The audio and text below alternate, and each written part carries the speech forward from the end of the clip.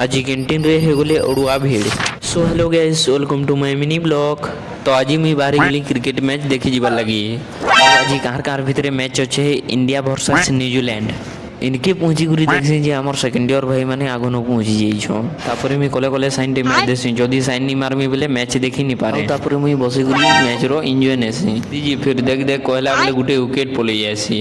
मते बहुत ही खराब लागुचे गाइस, लेकिन का कमा को फिर भी हमर इंडिया टीम एते मेहनत करूछो। आउ याडे देखो इटा होछन हमर हर्षी भाई, जागा जुगी नी पाइलु जे हमें झरका तोरे ठियाई गुरी मैच देखुछो। तापरे मुई पले आसे हमर रूम निके।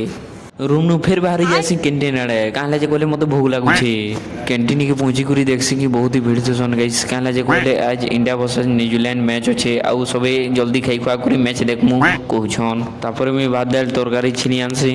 A few moments later. आउ मी खाई खुआ करी पले आसे रूम निके आसे सारला परे मुई गूगल थी टिके सर्च मारसी हमर मैच केते धर जाइछे बोली। ले जे हमर इंडिया 255 रन थी जीत हासिल करछे, आउ न्यूजीलैंड 159 रन थी हारिछे। तो बहुत ही खुश लागुछे गाइस। टी20 वर्ल्ड कप फिर थोड़े जीती गले हमर इंडिया टीम। तो आज लगे फिर गुटे मिलमा नवा मिनी ब्लॉग रे।